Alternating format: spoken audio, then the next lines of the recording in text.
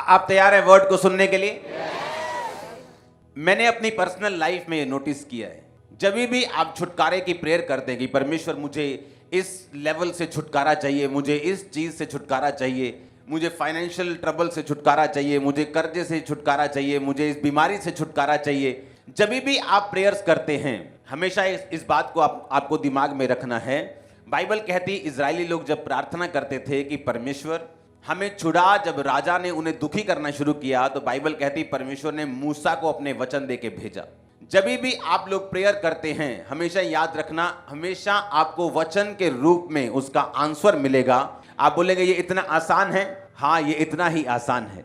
परमेश्वर की बातें जो सिंपल लगती हैं लेकिन जब आप उन्हें फॉलो करना शुरू करते हैं एक ग्रेट इंपैक्ट और एक ग्रेट चेंज आप अपनी लाइफ और परिवार और फाइनेंस में देखते हैं। जिस वचन की आज मैं बात करूंगा तो ये वचन आपको बड़े ध्यान से समझना और सुनना और ध्यान से फॉलो करना है। परमेश्वर किस तरह से चर्च में काम करता है, किस तरह से वो एक विश्वासी की लाइफ में काम करता है। बाइबल कहती है, पौलुस ने कहा अपने अपने उद्धार के विषय में काम करते जाओ। इसका मतलब क्या? उद्धार तो यीशु मसीह ने कर दिया। आपने यीशु मसीह को अपना उद्धारकर्ता ग्रहण कर लिया कि नहीं किया? इसलिए आप प्रभु भोज ले रहे हो। लेकिन बाइबल कहती है कि अपने उद्धार के विषय में काम करते जाओ। अगर एक बार मेरा उद्धार हो गया, मैंने जीसस क्राइस्ट को अपना उद्धारकर्ता ग्रहण कर लिया, स्वर्ग का अधिकारी बन गया, मैं स्वर्ग जा रहा हूं, आप स्वर्ग जा रहे हैं, अगर हम ये बात पे विश्वास करते हैं तो बाइबल क्यों कहती है कि अपने अपने उद्धार के विषय में अब तुमको काम करना है? इसका मतलब कोई ऐसा काम है जो विश्वासी को परमेश्वर, एक विश्वासी को, एक पास्टर को एज ए बिलीवर वो आपको सौंपता है जो आपको करना है, ताकि वो योजना, वो डेस्टिनी जिसके लिए आप बुलाए गए हैं, उद्धार पा लिया, ये तो शुरुआत है। आपने परमेश्वर को ग्रहण किया, ये तो शुरुआत है। परमेश्वर ने आपको अपने पास बुलाया है किसी बड़े काम के लिए, लेकिन वो काम आप हासिल नहीं कर सकते, वो बुलाहट आप हासिल नहीं कर सकते जब तक आप अपने उद्धार के विषय में काम नहीं करेंगे।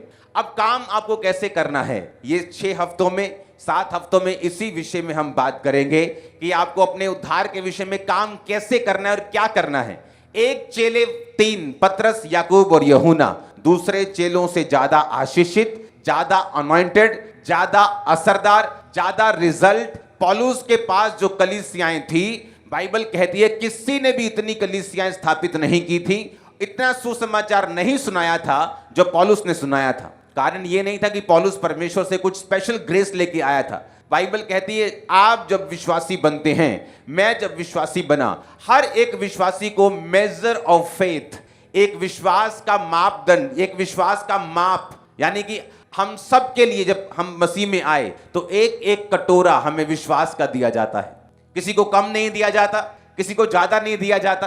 पर बाइबल कहती है परमेश्वर का राज्य एक बीज के समान है, राई के दाने के समान है। जब वो जमीन में लगा दिया जाएगा तो बढ़कर, लिखा 12 फुट से भी बड़े पेड़ की परमेश्वर ने एग्जाम्पल दी कि वो इतना बड़ा हो जाएगा कि आकाश के पक्षी भी उसमें बसेरा करेंगे। इसका मतलब यह है कि परमेश्वर जब आप विश्वासी बनते हैं, हम सबको एक तरह का विश्वास देता है, सबको एक तरह का माप देता है। अब हमें क्या करना है? हमें सबको राई का एक एक दाना मिलता है। कोई तो उस दाने को खराब कर देता है, कोई तो उसे बोता नहीं, लेकिन कोई उसे बोता भी है, उसे सींचता भी है, उसकी रक्षा भी करता है, प्रार्थना भी करता है और उसको फलवंत होता हुआ देखता भी है। अब मैं आपका बेस इसलिए बना रहा हूं इस वचन से पहले, ताकि आपको मालूम हो कि आपका एक रोल है। जब तक आप उस रोल को अदा नहीं करते, आप नेक्स्ट लेवल पे नहीं जाते। एक टाइम होता है जब एक माँ अपने बच्चे को जन्म देती है, उसे पालती है, जबरदस्ती खाना भी खिलाती है, उसे साफ करती है, उसे नहलाती है, उसकी केयर करती है, उसके संग संग रहती है। लेकिन जब वो बच्चा बड़ा हो जाता है तब माँ ये चाहती है कि अब बच्चे की वो केयर नहीं करे, बच्चा उसकी केयर करे, वो घर की रक्षा करे, वो घर के लिए काम करे। वैसे ही जब आप परमेश्वर में आते हैं, परमेश्वर आपकी केयर करता है, वो आपको सुरक्षित रखता है, वो आपको ब्लेस करके रखता है। लेकिन जब आप बड़े हो जाते हैं, मसीह में कुछ समय हो जाता है, अब आप यंग हो गए, परमेश्वर अब चाहता है कि जो केयर वो आपकी करता था, अब ऐसा नहीं चलेगा।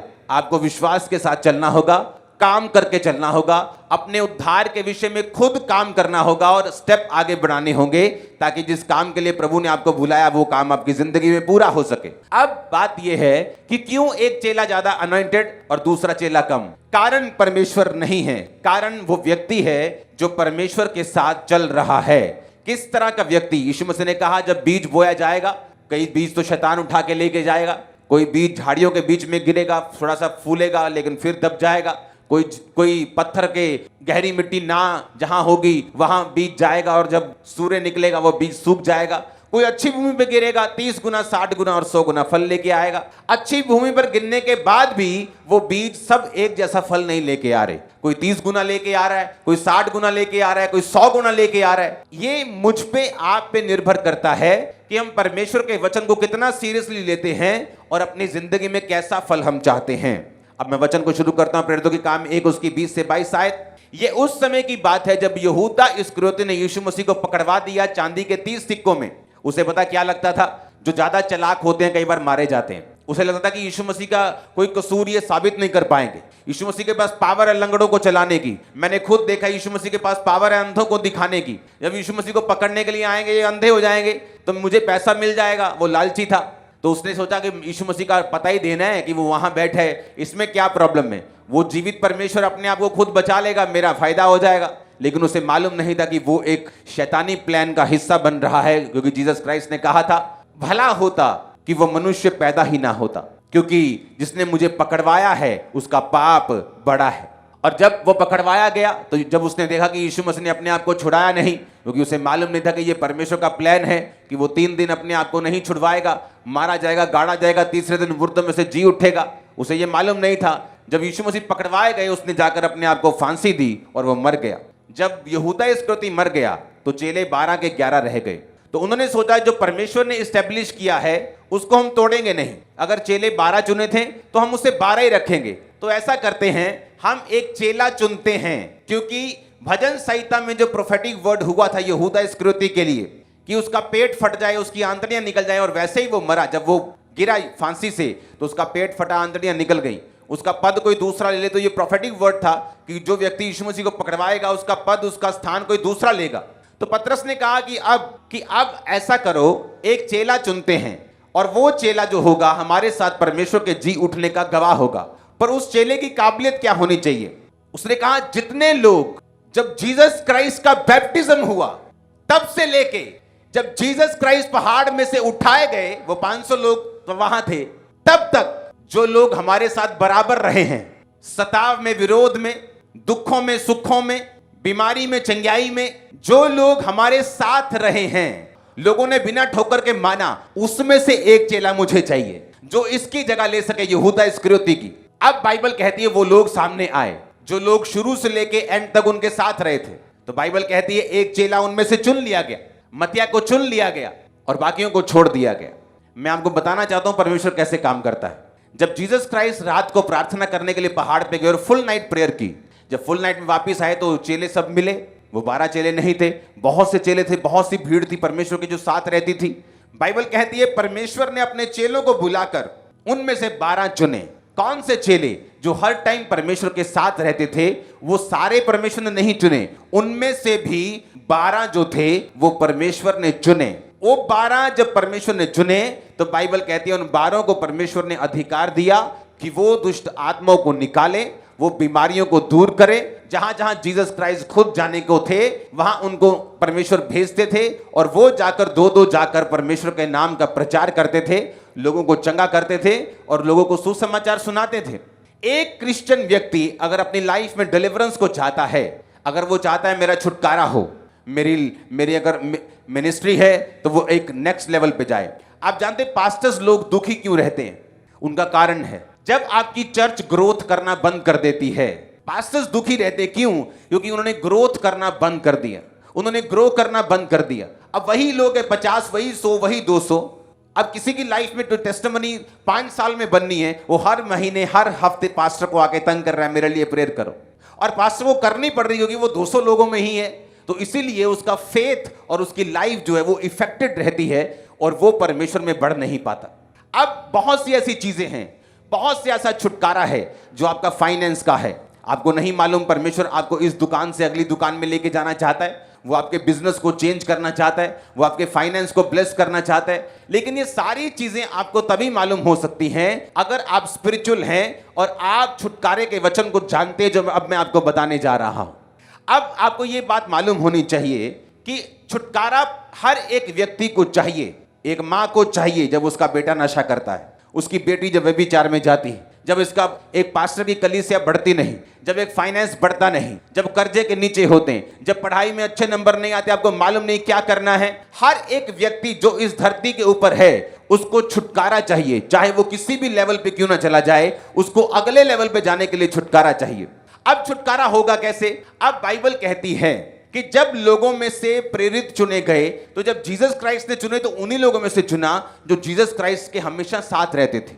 जब उनमें से एक मारा गया और जब वो 12 पूरे किए गए तो उसी लोगों में से चुना गया जो हर वक्त चेलों के और जीसस क्राइस्ट के बैप्टिज्म से लेके जी उठाए जाने तक, यानी 3.5 साल तक वो परमेश्वर के और चेलों के साथ रहे थे। अब आपको बात समझ आनी चाहिए, बहुत से ऐसे लोग हैं जिनको ये मालूम नहीं कि मुझे अभिषेक में कैसे बढ़ना है। मैं एक पास्टर को जानता हूं, उसे मालूम था कि उसकी लाइफ में परमेश्वर का मसा है, लेकिन जिस लेवल पे वो जाना चाहता था उस लेवल पे वो कभी पहुंचता नहीं था। उसने अपनी मुझे स्टोरी सुनाई। उसने कहा कि जब मैं एक नेक्स्ट लेवल पे जाना चाहता था तो मैं एक अपने मेंटर से मुलाकात करना चाहता था, लेकिन वो मुलाकात मेरी होती नहीं थी। वो एक्सट्रीमली बिजी पर्सन था, वो कभी भी जल्दी लोगों से मिल नहीं पाता था, उसकी सेवकाई बड़ी थी। उसने परमेश्वर के सामने प्रेयर की कि परमेश्वर मेरे रास्तों को खोल। जिस व्यक्ति की ये बाइबल बात कर रही है उसकी गद्दियां खो गई। पुराने टाइम में जो ट्रांसपोर्ट होती थी वो गधे होते थे। गया, उसने अपने बेटे शाऊल को बोला, बेटा गद्दियां गुम गई, जा ढूंढ। और बाइबल कहती शाऊल अपने एक नौकर को लेके गद्दियां ढूंढने के लिए गया। जब गद्दियां नहीं मिली तो उसने कहा चल वापिस चलते हैं, बाप हमारी चिंता करने लगेगा गद्दियां छोड़ के। तो उसने कहा नहीं, यहाँ एक दर्शी रहता है, एक खुदा का दास रहता है, हम उसके पास जाकर पूछेंगे कि वो गद्दियां कहां पे और वो हमको बता देगा। उसने कहा ठीक है, हम वहां पे चलते हैं। और देखो वो आत्मिक इंसान थे। जिस परमेश्वर के जन की वो बात कर रहे हैं, शमूएल की, उसका एक रिकॉर्ड था। पब्लिक के बीच में वो खड़ा होकर बोलता था कि क्या तुमने कभी, मैंने तुमसे कोई गधा लिया हो, तुम्हारे पैसे मारे हो? बोलते थे कि नहीं। उसका रिकॉर्ड इतना साफ था, परमेश्वर के सामने वो इतना क्लीन था। लेकिन इन लोगों को ये मालूम था कि जब परमेश्वर के सामने हम जाएंगे तो ये बदतमीजी होगी हम खाली हाथ जाएं। जब वो पास्टर मुझे स्टोरी सुना, उसने कहा कि मैंने अपना एक सीड तैयार किया $50,000 का, और मैंने वो सीड को परमेश्वर को बताया कि परमेश्वर मुझे ये बोना है और मुझे अपने मेंटर से मिलना है।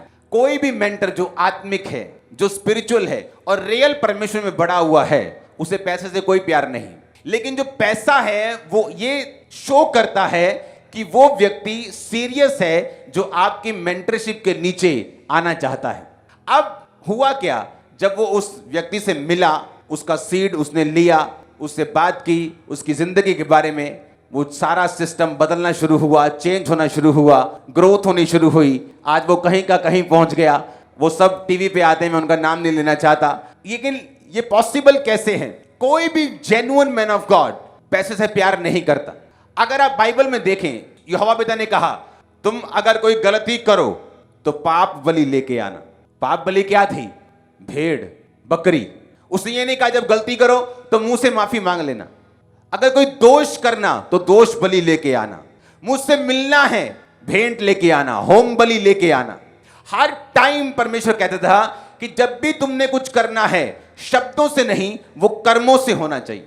अगर मैं आपको ये वचन नहीं दूंगा, मैं जानता हूं बहुत से पास्टर्स और लोगों का छुटकारा नहीं होगा। और मत सोचो मुझे आपका पैसा चाहिए। आप आज जो ऑफरिंग डाल रहे हैं उसे हम देखते भी नहीं, मैं भी नहीं, मेरी वाइफ भी नहीं, मेरा परिवार भी नहीं। सीधा बैंक जाती, बैंक से खर्चे होते हैं। पक्की ऑफरिंग पूरे बैंक जाती, 100% चेक से खर्चे होते हैं। ये चर्च का असूल है, ताकि चर्च में आने वाले टाइम में भी, मैं यहां हूं, मैं अमेरिका में हूं, कभी कोई गड़बड़ ना हो। लेकिन अगर मैं आपको वचन नहीं दूंगा, आपको यह मालूम नहीं होगा कि किस तरह से परमेश्वर में बढ़ा जा सकता है। अब यहां पर वो चेले चुने गए जो साथ थे। मैंने देखा है आप किस तरह के हैं वो कवर हो जाता है, लेकिन अगर आप साथ नहीं हैं, बहुत से लोग हैं, मैं उनको कभी रिकमेंड नहीं करता। बोलते हैं मुझे आके सेवा करनी है, मैं बोलता नहीं, तुम अपना काम करो। वो बोलते हैं अच्छा, शायद खुदा ने कहा है। वो खुदा ने नहीं कहा, क्योंकि ये ऐसा बड़ा डिसीजन होता है जिसमें मैं ये एक्सपेक्ट करता हूं कि तुम कहो नहीं, मुझे काम नहीं करना, मुझे सेवा करनी है। क्योंकि ये आसान नहीं होता।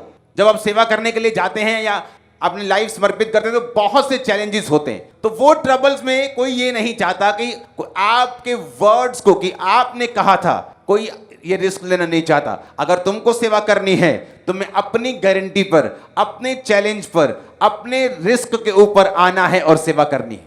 तब बाइबल कहती है जो लोग उनके साथ थे उनमें से एक चुना गया। जीसस क्राइस्ट ने वो लोगों को चुना जो शुरू से लेकर उसके साथ थे। उसके बाद एक चेला जब मर गया, दूसरा चुना, तो वही चुना जो शुरू से लेकर उनके साथ था। वो लोग जो सेवकाई में निरंतर साथ हैं, वो लोग हमेशा जो थिक थिन में, हर मौसम में साथ हैं, वही परमेश्वर के इस अभिषेक को जो उनके मेंटर्स की लाइफ पे खुदा ने उनको दिया होता है, उनकी लाइफ पे आता है। जब हम स्पिरिचुअली बुद्धिमान होते हैं और हमें मालूम होता है कि परमेश्वर का काम करने का तरीका क्या है, चाहे आप कई बार 5 साल एक चीज के लिए प्रार्थना करते रहें, लेकिन बाइबल कहती है जो अधिकार परमेश्वर ने अपने जनों को दिए हैं, उन अधिकारों में से ही आपको परमेश्वर बरकत देता है।